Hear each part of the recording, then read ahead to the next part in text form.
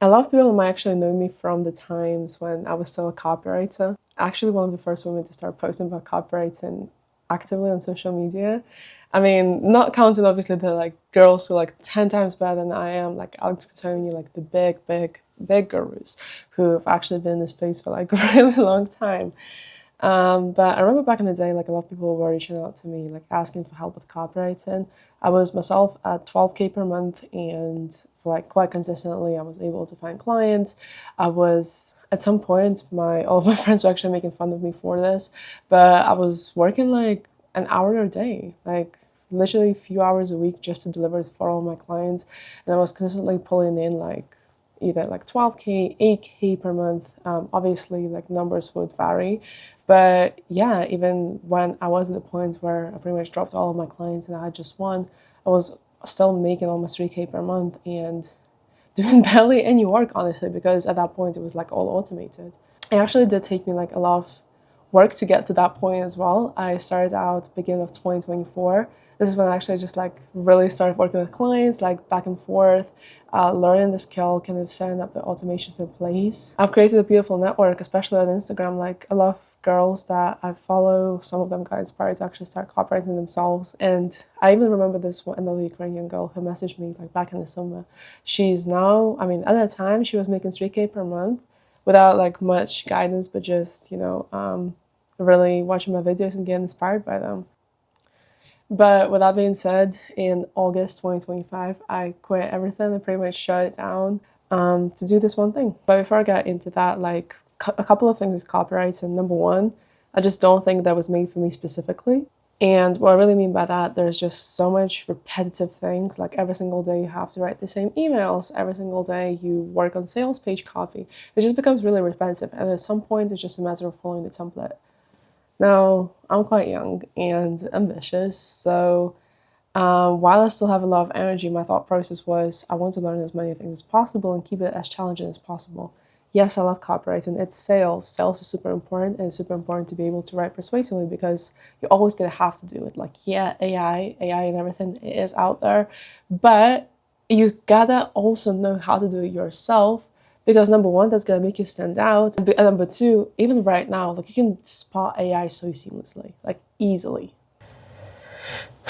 Number two, actually the month I made the most amount of money with copywriting, at that point it was a little bit over 12K. Mind you, I just dropped out of college at that time. I actually felt the most depressed. And that's because, once again, there's barely any interaction. At that point, I barely had any friends in the space besides even having the personal brand. I was so far away from everyone.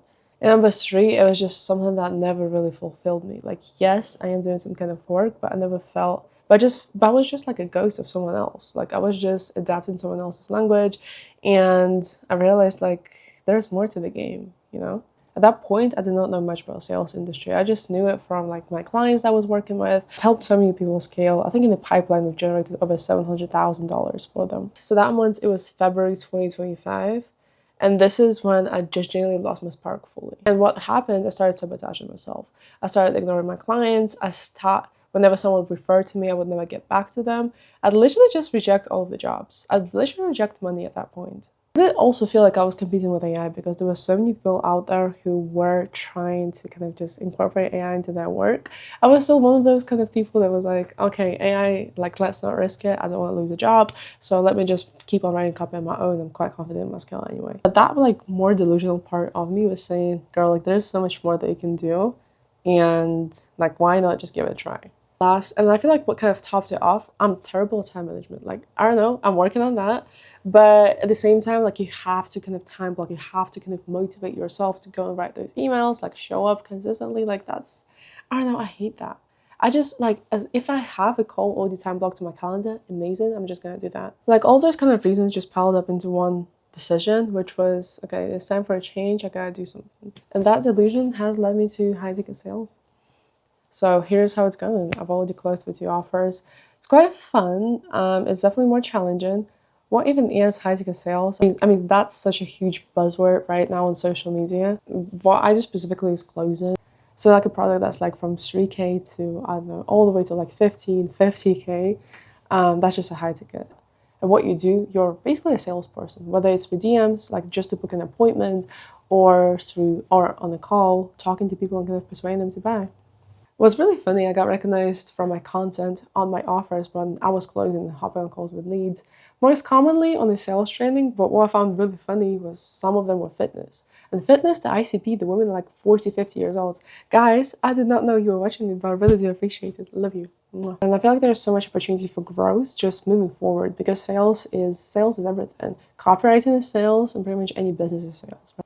Now, am I saying, okay, go quit your job, quit your studies to just go do sales? Probably not. Honestly, if sales is not something they want to do long term, then, I mean, you can do it part-time if you want to learn it. I see too many people right now just quitting everything to go and sell courses online. But, I mean, this is not how the game works. I've been in the industry for almost 3 years now. Yeah, doing some different things. But one thing I do want to know, like everyone's just trying to figure it out. What I'm really going to be doing on this channel is, number one, like obviously posting a bit more about how to get sales, how it's going for me. But number two, just keep everything transparent. Like on purpose, I'm not sure how much I'm making. Because your numbers are always, always, always going to depend completely on your skill and then obviously the kind of offer you're on. No, I don't have any coaching program after closing for like a few months. But yeah, like here I just want to share more insights and like show you guys what I'm really doing. Okay, I gotta go edit this. Love y'all. Mwah.